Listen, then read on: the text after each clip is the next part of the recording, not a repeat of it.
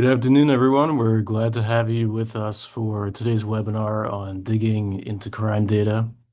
I'm Clark Merrifield, Senior Editor for Economics and Legal Systems at the Journalist Resource.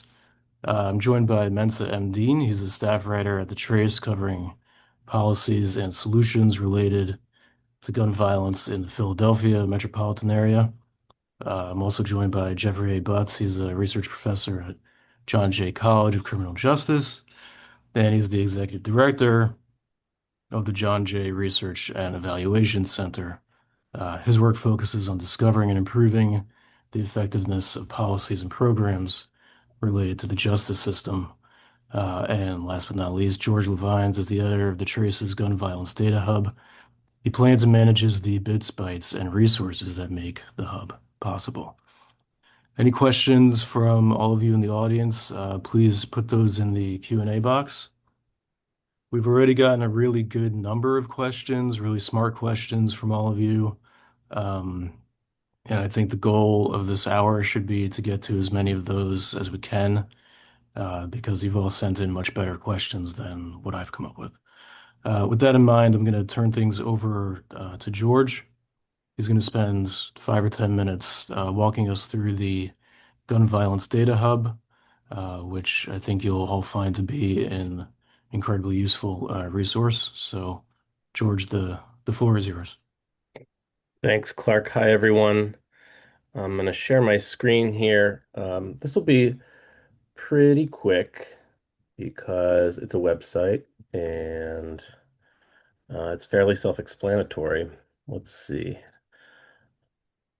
Can everyone see this window? All right. Yeah. Got a thumbs hmm up. Excellent. So this is the Gun Violence Data Hub. It's got three main components. The help desk is an open resource for anybody, journalists, researchers, citizens to um, ask us questions and have the Trace's experts help you figure out the answer to your questions. We also have a resources page that has kind of some 101 type documents, some reporting recipes for other journalists to replicate our work for their local coverage areas, and some best practices, things of that nature. And then last but not least, the sort of star of the show is the data library here, which is modeled, if you've seen open government data uh, portals. It's modeled on that. Hopefully, the design is a little better, a little more user friendly. We've got 21 data sets right now, updating at various intervals, some daily, some um, weekly, monthly, quarterly, yearly, etc. Um, I'll just jump into one of the data set pages to kind of show you what they're like and what all is included. Sadly, the most germane and relevant one right now is we're doing our best to track federal immigration agent shootings during these enforcement actions. So most of these pages come with some kind of graphic that kind of summarizes the data, so you can get a brief overview of what's going on. And then we have different sections here. You're obviously able to download. But take a look at a sample first, see what you might be getting into before you commit. Not that any of the commitments are terribly huge. Most of the data sets have been cleaned to be pretty manageable. Also, data dictionaries for each data set come with it. Um, we try to explain a little bit about what's in the data up top and then get quickly into the limitations of the data. It's kind of one of the most important things for journalists to know, right? What you can and can't do with the data. And then a little bit about how it came to be, the methodology. There's usually a brief summary. Some of these sections are longer than others. And we try to give also a couple suggestions for how you might use the data and link out to some of our stories or other people's stories, other outlets' stories that have used this data. So that's sort of the Gun Violence Data Hub in a nutshell. I won't belabor it too much more because I, like Clark said, we have a lot of really awesome questions, and we want to kind of open this up to a flowy question and answer type conversation. So. Yeah, thanks, George. That's great. I hope people really take advantage of that work that you're doing to gather such a wide range of data into one place, because that's, one of the serious issues, I think, when you're covering crime or public safety, is finding the data that you need. Um, the first thing that I wanted to kind of open up to talk about is that Chip Brownlee of the Trace reported last month that the second Trump administration has, quote, terminated, redacted, or delayed more than $1 billion in federal grants related to gun violence, public safety, mental health, and other efforts to save lives, end quote. Um, what's the current state of what we sort of might broadly think of as public safety research and funding at the federal level as we enter year two of the Trump administration? Jeff, maybe you want to take the first take on that one? Well, the state of federally sponsored gun research is really poor right now. A lot of friends and colleagues of mine, and my center included, have experienced the withdrawal of some already awarded funding and reductions in the amount of funding to apply for, because my job is to watch for invitation to submit proposals, and then we write the proposal and submit it. And I always tell my staff, once it's in, just stop thinking about it because you never know. But that whole competitive element now has gotten extreme. So we hear from funding sources that they put out an RFP for what I would consider not a large amount of money, and they get so many more applications than they would have before. So the amount of competition has gone way up. So fewer people applying, fewer people being awarded funds, fewer studies going on, which is a burden on the non-federal sector. So projects and research funded by foundations and by state and local government have become more important now. And we hope that that keeps up. And I know there are a lot of committed researchers still endeavoring to shed light on this problem and find effective solutions. So the workforce has not gone away, but the support for it has been slashed badly. And it's not just crime and justice, obviously, health, environment, everything's been hammered. Yeah, George, Mensah, any thoughts of sort of what we've seen over the past year in terms of getting high quality data out there? Is that even still happening, I guess? Well, I would say that there are more question marks than there are answers with regard to what is the practical impact of Trumpism, on the budget, local, the city budget, the budgets of nonprofit organizations that have come to rely on federal funding. There's so many question marks, and still no answers. I mean, in Philadelphia, the fiscal year starts July the 1st, and they do the budget right about now. Like in March is when they announce, the projections of what they're looking for and what they want city council to approve by June. And last year, we were told that they still don't know if they're going to get all of the federal grant money that the city relies on, which is about $2 billion. Mm. And here we are now, and it's we're 7 months into the fiscal year, and I ask periodically, where's that money? Has the city gotten that money yet? Is it? Well, I'm the mayor's press person would, say, well, listen, we're still in where we were when I last spoke to you. Mhm. It's so murky, because as a journalist, you ask for the information, you get the information. In this environment, I found that, I don't think they know. I've done stories about, some of these community violence intervention groups who have lost funding, and they appealed, and I'm still not clear where the how the appeal process works.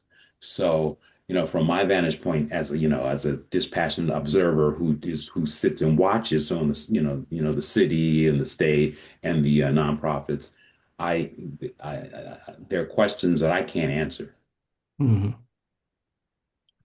And, I guess with your audience, you just, have to be honest about that that's kind of the state of where things are right now. Yes. Yeah. Yeah. Mhm. Indeed. I'll Yeah. I'll take a slightly different tack, tiny silver lining.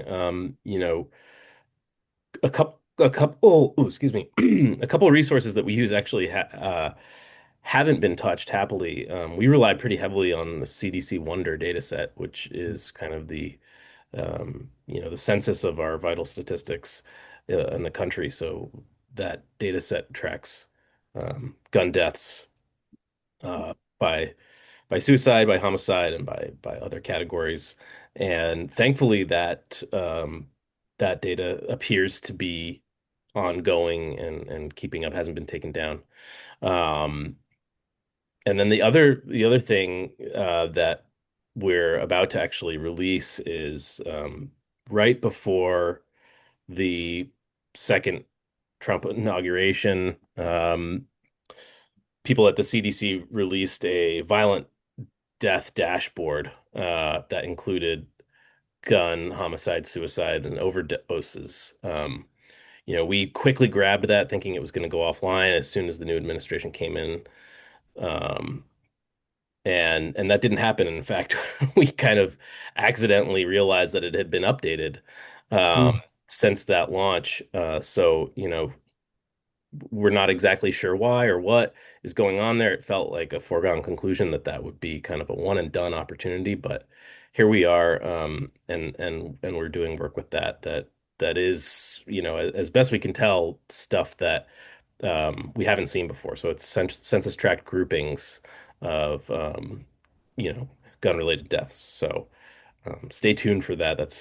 That should be up in the next, well, I'll say by the end of the month, hopefully. Um, And that's going to be part of the data hub Yeah, is that'll be on the day. But I mean, actually, you can.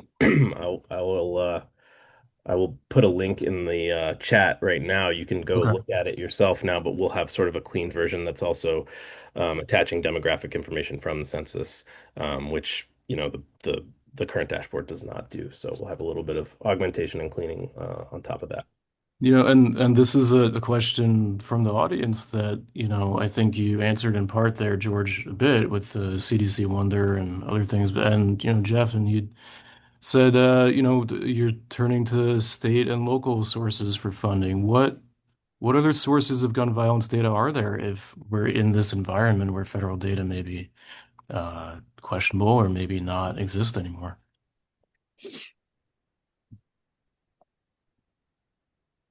Well, obviously you have your police, right? I mean, Mhm. for me, that's a big part of my where I get data from, covering a major city, Philadelphia. So the police are one of the first go-to credible sources, if you will. And unfortunately, sometimes it's not so credible. But for any journalist, you have to become very acquainted with your police department or departments if you're covering multiple jurisdictions, as well as the your prosecutor's office, whether it be your district attorney or sometimes they call it state's attorney, the state attorney general's office, Mhm. the U.S. Attorney's offices, um, uh, also, but then obviously that's part of the federal system. So you have those sources. In addition, you have some pretty good sources outside of government, such Mhm. as the Washington Post has a Mhm. database that they track every shooting, every police involved shooting. They've been doing that for years now. And Bowling Green University has a database that tracks all of police misconduct and shootings, and every time a police officer is arrested, and they have that. And there's also, of course, the gun violence archive, Mhm. and there's an organization called Campaign Zero Mapping Mhm. also does a good job of chronicling every shooting that involves a police officer.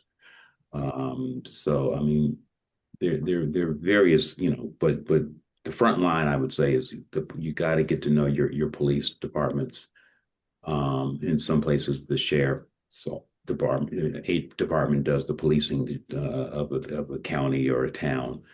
But becoming acquainted with their system on how they present their data online is essential, I would say. Jeff, I wanted to ask you when that was great. That was I think there's a lot in there that I hope folks wrote down and will use all those things you just said. Jeff, when journalists interview you, or when because you've been in many news stories, or when you read the news, I was just wondering generally, and I think that you've written about this a little bit, but what do reporters sometimes get wrong about crime data research policy generally aimed at improving public safety? Sure. Um, One thing I would call the rush to causal inference is a big problem. Hmm. So I often see, and I guess the joke or the sarcastic version of it is every paragraph that begins "on the other hand," because you are incentivized to quote experts and to quote local officials. And I don't want to blame the police entirely because elected officials do this too, but they say in interviews with journalists, they will assert that they know why something happened, or especially like right now when violence rates are coming down, everyone wants to be given credit for it. And I see too many stories where the journalist just um, quotes the local official or the police official of saying, um, if they're smart, they don't come right out and say we did this, but they'll say we're pleased to see these numbers coming down and we believe that, and then they assert their hypotheses or their interpretation of social reality. And it's possible to check these statements. And I totally agree with George that the CDC Wonder data are very important, in part because that measures something that is measured at a high rate of um, coverage. So death, it's hard to ignore and fake the reports of gun deaths. So if you're going to look at indicators of public safety and crime, reporting just on homicides and gun death are a good way of tracking numbers over time. Anything less than that is not a measure of crime. It's a measure of all the bureaucratic indicators and processes that develop the number. So if you're interested in assault, for example, someone has to either observe or report an assault. Below that, you get into property crime, which is just the probability of property crimes being reported sometimes gets down into the teens and 20%. And so if you're tracking incidents and rates and changes over time of property crime, you're just measuring police activity. You're not measuring public safety. Mm. And that's why one of the other major sources of crime data is the victimization surveys. So and victimization surveys, when done right, can be reliable and credible indicators of the experience of a neighborhood or a community with crime. So they'll ask questions like, have you or anyone in your family been harmed recently by, and then you go down the list. Have you or anyone in your family lost property due to, and you go through all the scenarios, and you can get a good measure of the experience of residents, their experiences of crime. The problem with that is our government has failed to expand the measurement zone for this. They only really do it well at the national level, which is of interest, but it's not exactly how you make sure that Dubuque, Iowa is experiencing more safety by asking the whole country about their experience of crime. So the one thing, and I've been in this field a long time, and the one thing that drives us all crazy is our inability, reluctance, or just failure to start doing credible, repeated surveys at the local level using the same tool, so that if I look at crime in Dayton, Ohio, and compare it to Omaha, Nebraska, I really have something to compare. You can only do that right now with local data on the most serious offenses like CDC Wonder, measuring gun crimes. Very useful, very valid, but it leaves a lot of what the world experiences as threats to public safety untapped, unmeasured, and unknown. When you say using the same tool, what do you mean? Do you mean like the exact same type of survey, or what Yeah. did you mean there? Yeah. Same survey, same sampling methodology. Mm, So you can't just, I mean, when I first started in this field, you could just dial people up at home and ask them questions because everyone had an old-fashioned landline. That's right. no longer true. Mm, Doing surveys in the community can be a challenge because the people more likely to want to be interrupted and stop and talk to a researcher are not a good representative sample of the people experiencing crime. And the same thing is true with police. The people more likely to report crime in their community are the people that trust the police to show up and help. And in some neighborhoods, that's a real gamble. So you have very low rates of reporting.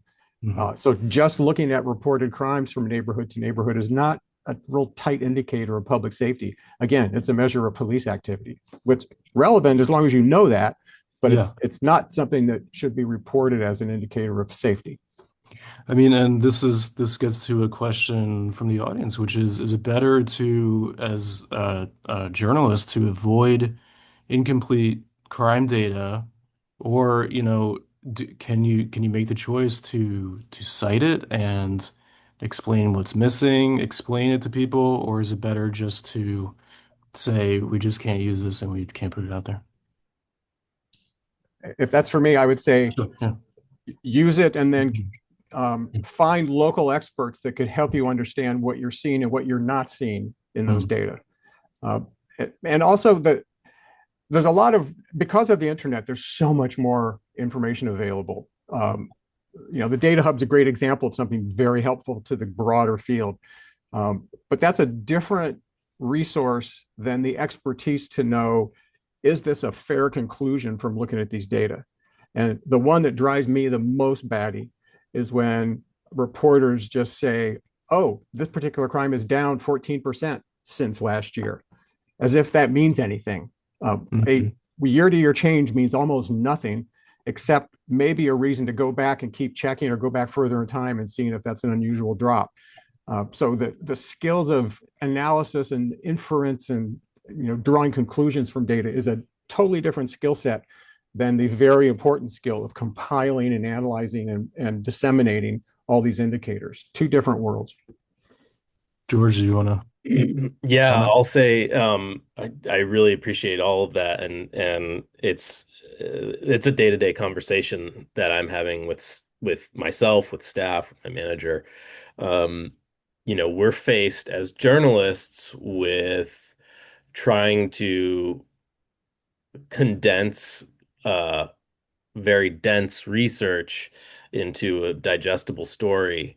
Um, and we're constantly running into, don't throw the baby out with the bathwater. Don't let perfect be the enemy of good. And also, uh, you know, don't mislead. So an example is we had a story in Wyoming. Wyoming recently um, had legislation go into effect that effectively you know abolished all restrictions on concealed carry, right? You can pretty much bring a gun anywhere you want in the state with a very small amount of exceptions. I think, federal property, airports, things like this, but pretty much everywhere else you can bring a gun in the state. And so, of course, the reporters who came to the help desk wanting to know, well, what is this going to mean for gun violence um, in my state now that this is happening? Well, we don't know empirically, but we can say, okay, these handful of states who have very similar legislations have seen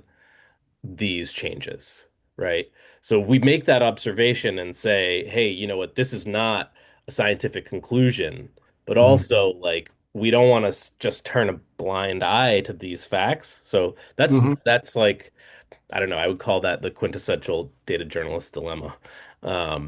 Because we're caught between, well, do we just avoid this altogether, or do we, present the facts and caveat the crap out of it as best we can, talk to people like Jeffrey, and get their take on the observation and include that in the report. Um, but yeah, I think that's kind of, where we're at and kind of gets to this question that I think Tina was asking in particular, weaknesses or biases with data, we're always subject to exactly what Jeffrey was talking about. Another one of our go-to resources is Gun Violence Archive. And, Mhm. so they're limited by what's in news reports and what police departments are putting out. So again, it has even another layer of bias on top of it compared to what Jeffrey was just talking about with police data is it's news reports, which are based on police. If nobody says anything about anything, then we can't know. And so we know that so much of it's an undercount, so much of it's has asterisks next to it, but we also can't, we have to run with what's the best available and we have to do something with it. So, um, How do you feel about that, Jeff? Does that make you like shy away from that at all? Because the motivations of journalists and someone doing research are may overlap, but they also can be different. Well, anyone who has worked for me in the past 20 years can tell you one thing I always say to staff when I hire them to work on projects is that I want them to think like scientists and write like journalists. Mm, And by that, I mean, stop using performative language to show everyone knows how smart you are. You're trying to communicate something to a right. broader audience. So pay attention to that. So in this world of miscommunication and confusion and ineptitude in forming policy with data, I should check, make sure my colleagues aren't listening. We're just as much to blame because the whole university academic structure rewards people for being complicated and using language that's impenetrable and incredibly quantitative. And you actually get rewarded for being bad writers. And Mm. I've said that before to people that by the time you finish a dissertation in the field of social science, you've been taught, try to use passive voice as much as you can. Use really long sentences. And if you got multiple colons and em dashes, even, that's much better because that makes you look smart. And I'm constantly fighting that battle to trying to get people to communicate. So we are partly responsible for this as an academic field. Uh, uh, just in case you thought I was trying to be holier than thou. Yeah. no, and I would say like all the experts that I've talked to, like there's a mutual respect. We're both trying to do our best on both sides of the equation, and I think by and large help each other out, or at least in my sort of limited sphere of data journalism, I have a luxury of being able to take a little more time with stuff I don't have to write, like the story the night of the shooting. And one of the things we're trying to do with the Data Hub is to give reporters who do have to do that story better context so that they can say, oh, this mass shooting happened, and it's a grave, grave tragedy. But guess what? In my county, gun suicide is actually a much bigger problem. And, this neighborhood that this tragedy happened in is actually quite, quite safe, compared to, say, XYZ other neighborhoods in the area. So anyway, yeah, I don't know. I really, really appreciate this dialogue. I think it's, Yeah, yeah. And Jeffrey, you touched at this a bit, but Mensa, this was a question from the audience that I wanted to ask you, which is the how many years of data should crime reporters look at to determine a trend, whether it's an increase or a decrease in crime? How have you seen this play out in Philly? Like when do the numbers become a trend? How do you listen to what a political narrative might be and like know when they're maybe cherry picking things um, that the data, may or may not back up? For me, Yeah. typically I look at, but 5 years is a good bite for me. Hmm. Sometimes 10 years. It just depends on what the issue is. But between 5 and 10 years for almost any type of story you're reporting on would give you a good window of time on how a situation is trending, Hmm. down or staying the same. That's what I do. Going beyond 10 years is, really that's probably more information and so many variables change in such a large space of time. So I typically stick with 5 to 10 years, depending on what it is. And if I could just step back, Hmm. so question, just last week I had an example of the dilemma. Do you use information that is iffy or just leave it on the cutting room floor. Mm. I was doing a piece looking at how Philadelphia had a record, 60-year low in homicides. And I went to the police department of Philadelphia's website and I got the homicide number. And again, like Jeff said, homicide is usually a good solid number because, there's a body that has to be accounted for. That's been accounted for. But then I wanted to add in for, context some of the other crimes involving guns. And so scrolled down, and I looked at the shooting incidents. And on their chart, it said for 2026, zero, zero shooting incidents. And here we Mm. late January at that point. And I thought, well, that doesn't seem right. I know we've had shootings in January. And so I obviously I left shooting incidents out of the story because I just said there's no way that. So I got back to them just this week, and I said, listen, on your website, you're saying there's zero shooting incidents, and they said, what do you mean? I'm talking to the police department. Yeah. The actual spokesperson I was speaking to actually is a PhD, actually. And so she checked out the website and she agreed, yeah, that's a zero. And then she said she'd get back to me. And so she never got back to me. So I was going to call her back maybe 3 or 4 hours later yesterday. And before I called back, I said, I'm going to look at these numbers again and see if they've updated the numbers. And sure enough, the shooting incidents went from 0 to 73. Mm. And I mean, literally, this is yesterday. Wow. And I called back and said, well, so what happened here? And they, Yeah. oh, we know it's the computers, and sometimes there's a lag time. Right. And I looked at other numbers on the chart too that jumped dramatically from Uh-huh. yesterday till well, the day before till the day yesterday when I was calling. And again, it makes you have to be very careful with numbers. We know that no chart is in real time, obviously. Hmm. Someone could be getting shot right now, and that won't be on your chart. But, going from zero literally to 73 in one day after, I had to make the phone call. It gives you pause. It makes you understand that if anything looks suspicious or hanky, unless you can get someone on the phone to explain that to you, I would highly recommend that you not use those numbers. And any number that you do use, certainly if it's leading the story or the story is if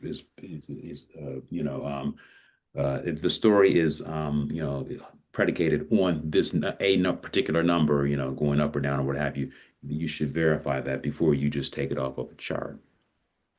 I think that's a great thing for folks to keep in mind too, is that when, just sort of follow your gut a little bit when you're looking at some of these data. If something doesn't seem right to you, you might have there might be a reason for that. Can I tell Yeah, you another? yeah, Jeff, please, yeah. Uh-huh. Yeah, another story. This is 25, 30 years ago in my career, but we were once preparing to do a report about changes in um, various kinds of violence across the country. And we noticed this big drop in Pennsylvania. And we were writing it up saying it's interesting. We should look into the policy factors. And this using FBI data back when FBI was the major source of crime data. Um, and we were going with this, and why would this be true? And why did Pennsylvania drop off so much? And it was months later where we learned that that particular year, Philadelphia missed the reporting deadline. So there was no Philadelphia in the Pennsylvania numbers. And yet the FBI had it out there in public for several months. So I totally agree with them. That's a check everything and just don't assume that it's correct just because some bureaucracy published it. There might be a problem. Yeah, and I feel like we could keep talking about that alone, but just to move on to another question from the audience, crime levels, at least since the COVID pandemic across the country broadly, are down, and there were quite a number of news stories, which I'm sure you all saw, about how in 2025 crime rates were down from the previous year. Homicides, I think, was widely quoted as being 20% down or something like that. Um, but taking the data issues perhaps away from that, this question is maybe not so much of a data question as like a narrative news framing question, but if crime continues to decrease, which the data does seem to suggest is going on over the last few years, why are so many people susceptible to believing the opposite is happening? And I open that to, I mean, I know that you all have thought about this, so I open that to whoever wants to jump in. Well, I'll just say very quickly first. Uh, you know, the president has put forth the notion that major cities need the National Guard to go in, including the nation's capital, which is experiencing, like most cities, record lows in shootings and homicides. That goes a long way in making people think that there's crime is on the rise. It's certainly in the central cities. Um, there's that. Also, like all politics is local, all crime is local. I mean, when you hear a gunshot in your neighborhood, that it may have been the first gunshot in years, but that's going to skew your perception on what the situation of crime in general. So I think a lot of people, like I do this, I do a story and it says, hey, the cops say, the city says crime is down in this neighborhood in Kensington. You go to Kensington and they say that's bullshit. This is, I mean, no one stays out at night. There's no difference. A guy got robbed around the corner just last night. So people will always see it. They're never, no matter what the numbers say, it takes time for that reality, if that is reality, to filter down to real life. So people were always going to think that these are the worst of times. I mean, I think that's human nature to kind of assume that things are not ideal, or that the government's trying to snow you when they say crime is down. That's what I have seen in my own reporting, that you rarely get people saying, yeah, things are pretty good now, but Mhm, sometimes you do. mhm. But oftentimes that's not the case. But beyond that, I think that what we're seeing on the national news and on our phones, most of us get our news on the phone now. It's the president stoking, fears that there's crime, and they're illegal aliens who are committing all this crime, and that's why they have to round them up. So that's that. Yeah, Yeah. Plus, sure. there's crime and there's disorder.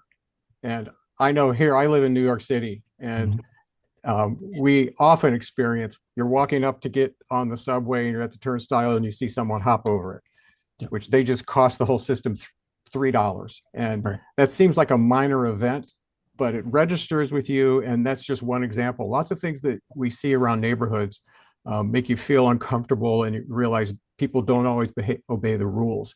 But I totally agree that all crime is local. And the other thing that I would hope journalists start doing is avoiding the framing of stories with phrases like in major cities or in the 30 largest cities in the country, because there's a tendency to do that because that's where the big numbers are, because so many people live in cities. 80% of the country lives in a city.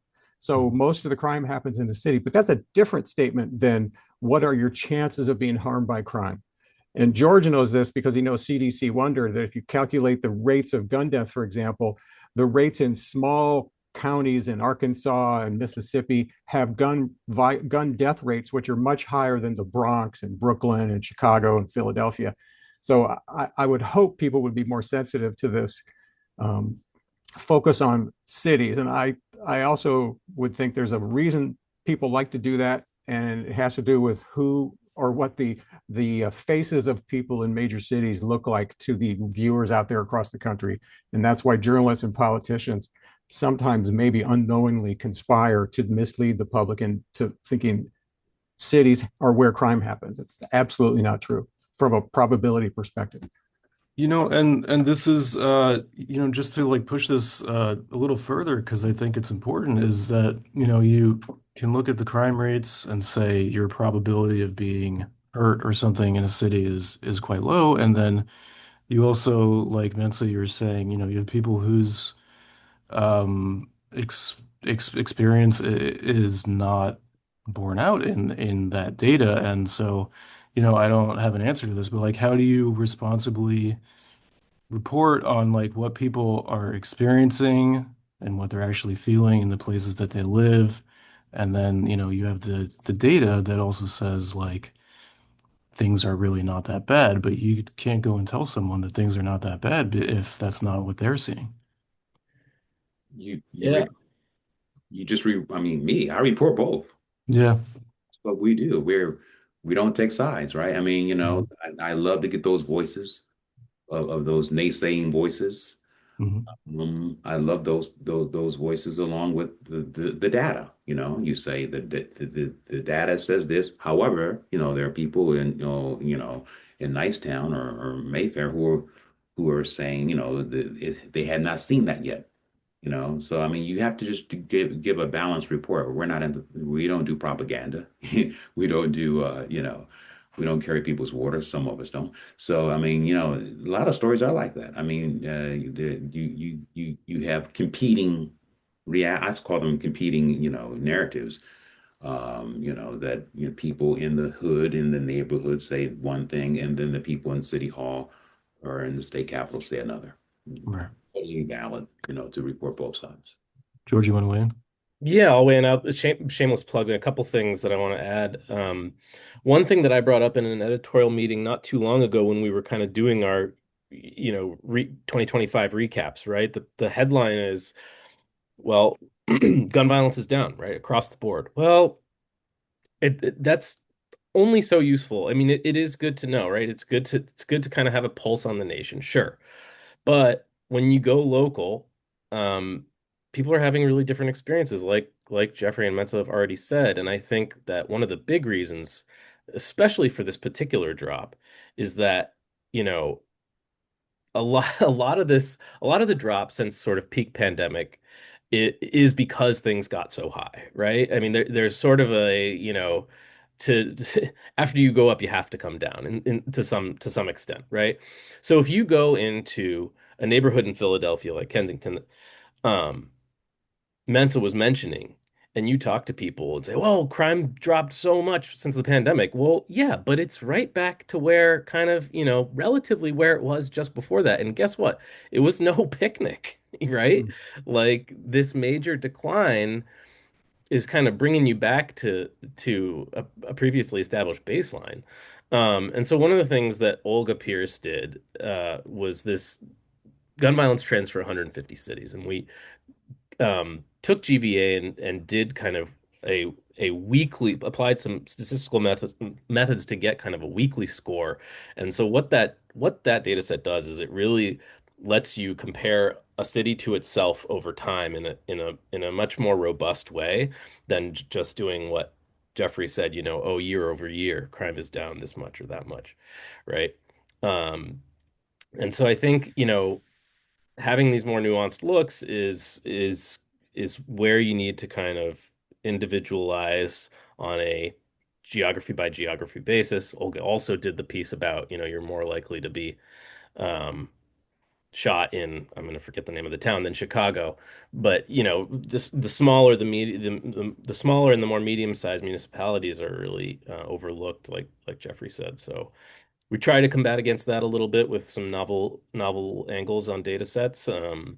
But yeah, it's tough to see these national headlines and then drill down and say, well, wait a minute, what's going on? Why aren't people feeling this national trend that Yeah. everybody's observing? So I've looked up and realized we only have 15 minutes left, so I want to be sure to get to this one because it's something we promised.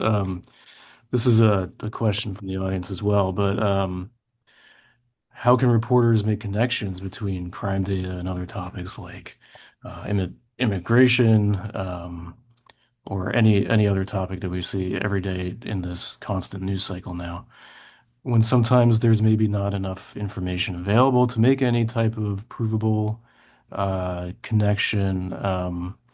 I can point to a couple, Mensa, you had an article titled "Could Philly's $2 billion bet on housing help reduce gun violence?" And if anyone can speak specifically to the immigration issue, that would be great. But even just more generally, like Mensa, you looked at here's this program to help ease housing issues in Philly? And, how did you connect that to gun violence? Yeah. Well, that's what we do at the Trace. We Right. connect everything to gun violence, because unfortunately, gun violence is so connected to so much of what happens in our lives in this country, where there are more guns than people. So for this story, this is a big part of the mayor's agenda in her first term. What she hopes to be her first term, first of two, is to build 30,000 houses, Hmm. to alleviate a shortage of housing, also to replace um, aged, worn out, dilapidated, substandard housing. So the plan is to build and to refurbish 30,000 houses. And so that's pretty much the angle that the city has taken. We want people to live in for, good housing. And as a reporter who covers gun violence, I thought, well, there's got to be some type of linkage or nexus with gun violence, and because wherever I go, in my 20 plus years, 25 years and 27 years in Philadelphia, started in Washington, D.C., so 30 plus years in journalism, where you go to the shooting scene and often it's in a low income area, oftentimes it's in a place where housing is not premium housing. And so I just figured, like, let me take a look at what the literature says with regard to subpar housing. And there was, lo and behold, there have been studies done that say that when you build up, when you refurbish housing, when you put new windows and doors on housing, when you cut the weeds and such, crime goes down. And one of those studies was right here in Philadelphia, done by the University of Pennsylvania. So, there were studies that were establishing that housing, and the lack of good housing is it does impact crime. It sometimes it leads to, it's one of the things that crime criminologists have pointed to as this, causing crime, along with poverty, poor education, poor nutrition.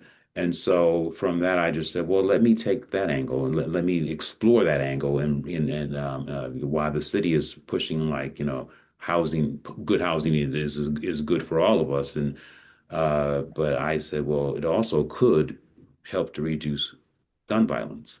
And so I found people who indeed, were living that and were hoping for that. They, in their own lives, have been impacted by gun violence. And the story that you refer to, it starts with a woman whose the father of her kids was murdered in a housing project, and then she lives with her parents, and she's in her early 40s with two kids, and she can't afford a house of her own. She only makes $20,000 a year.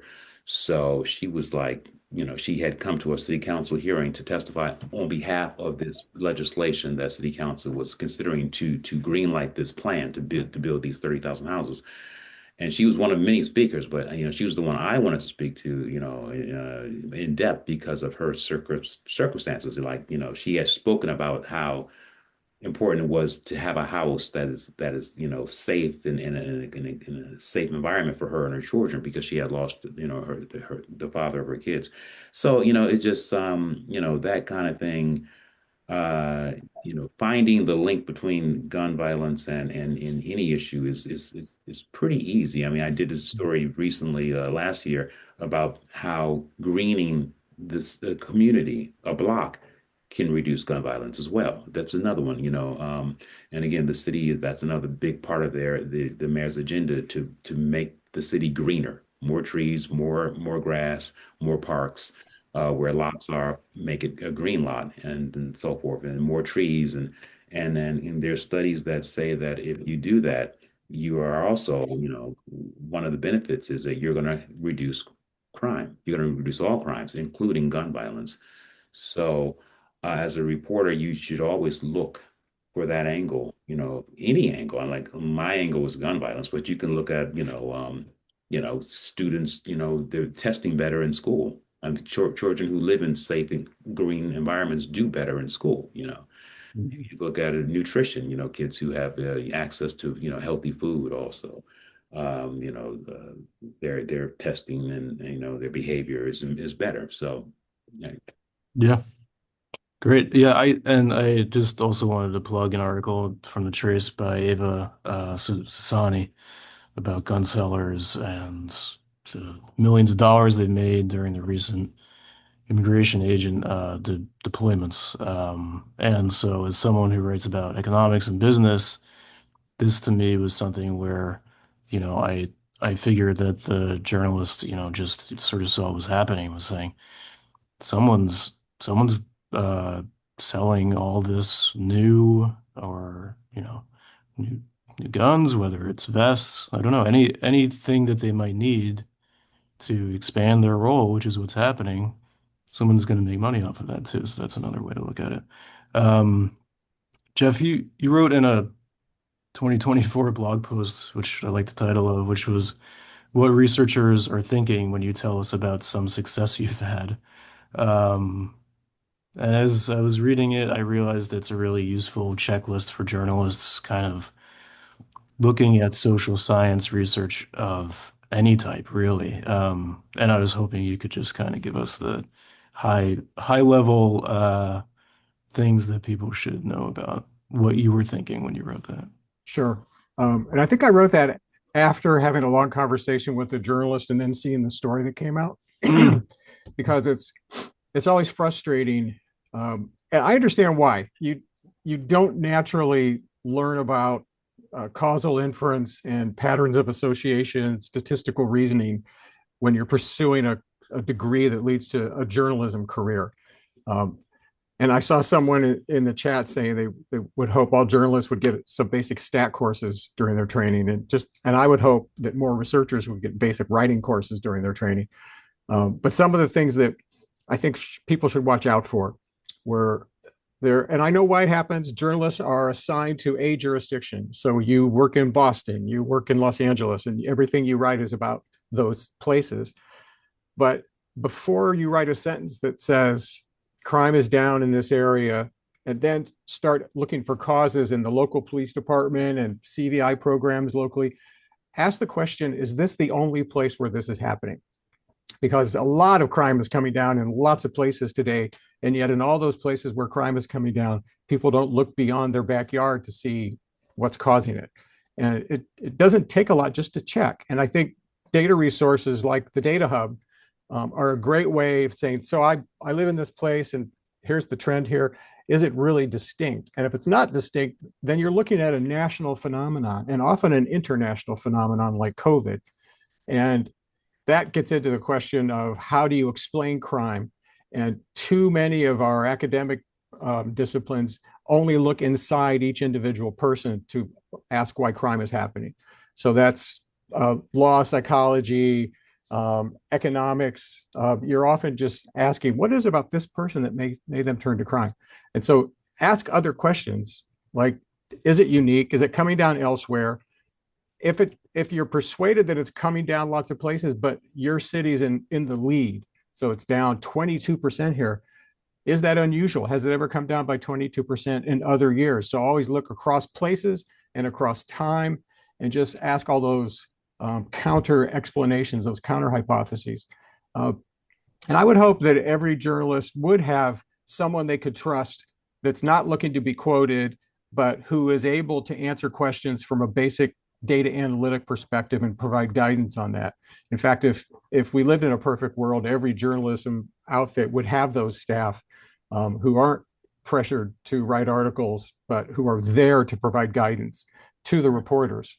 So I often dream about the yeah. perfect world, which I've never seen. Right. Someone in the chat mentioned this, and it's something that they asked before this started, so I want to get to it since I think that they're here now. But what kind of data and information related to surveillance footage, cameras are public records? To what extent can you access that footage that, you know, may exist out there?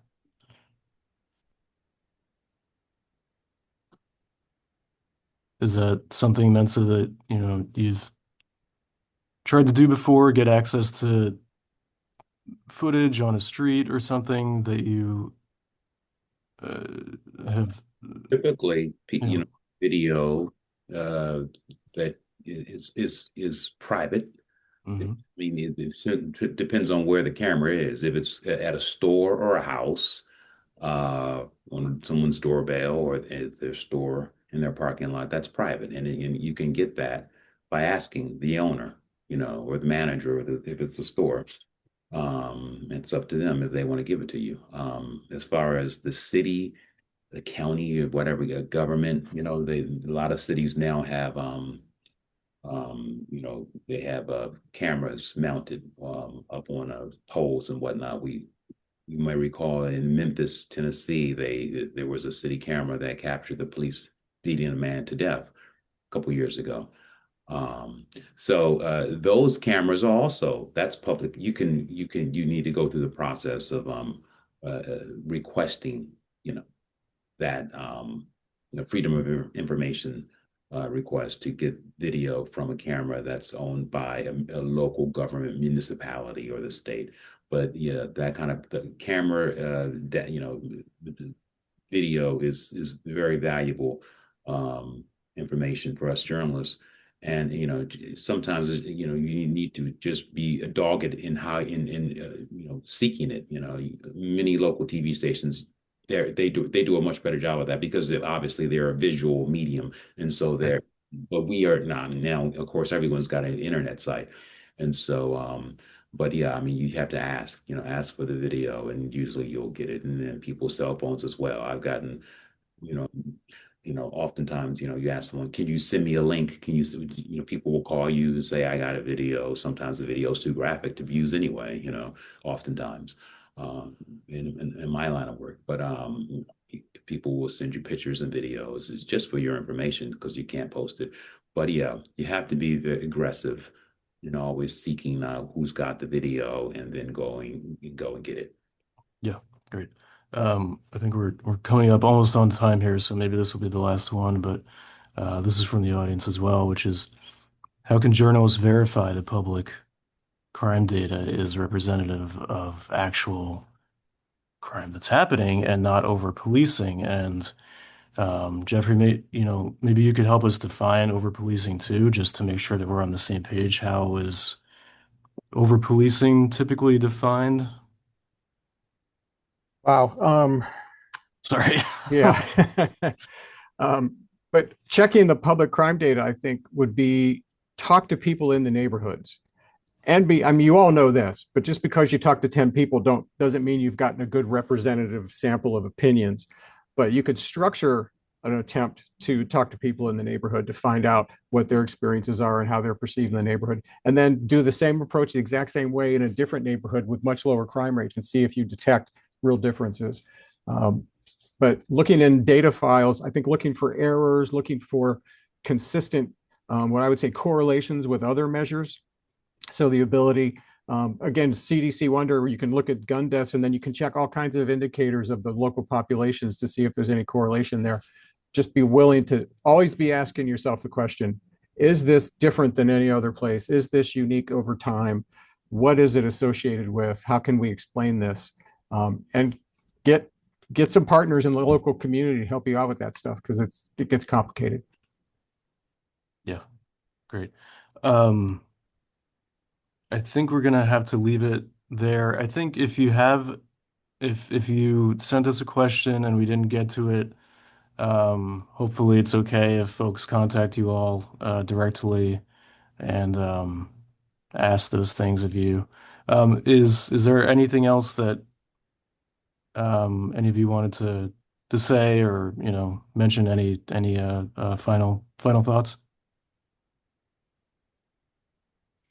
I think just piggybacking on what Jeffrey ended with is, have Hmm. other people check your work. We send our methodologies around when we're doing analyses to people like Jeffrey, other academics who've, performed similar analyses at more advanced levels to get a gut check, or even like a hard edit. Um, so come to us, use the help desk, and if we don't know, we can't help you, we'll pass you along to somebody like Jeffrey. And I'll just finish by, I think most of the audience would be journalists. I would just like to say Yeah, thank you. Keep it up, because this is a moment in our country where we really need free thinking, independent journalism to penetrate all the muck and mire we're being exposed to. So thanks. And I would add, I don't know what if this are these young journalists or just journalists, across the board. uh, we have a mix typically, so yeah, sort of, yeah, across the board. Good luck, get ready for a lot of changes in our industry. Hmm. I remember I started before the internet, and now the internet is driving news organizations out of business, and so is AI. So it's a bumpy ride, but it's worthy. And Indeed. Yeah, exactly. So, but thank you, Jeffrey and Mensa and George, for spending this hour with us. And big thank you to the audience too for all of your great questions. Um, and the recording will be on the journalistresource.org. And I'm going to do a write-up of some top line things that we talked about. And I believe actually the recording will be on YouTube before it's on journalistresource.org, so you can check there as well. Thank you all again, and have a great day, and we'll see you next time. Thank you. Thanks, everyone.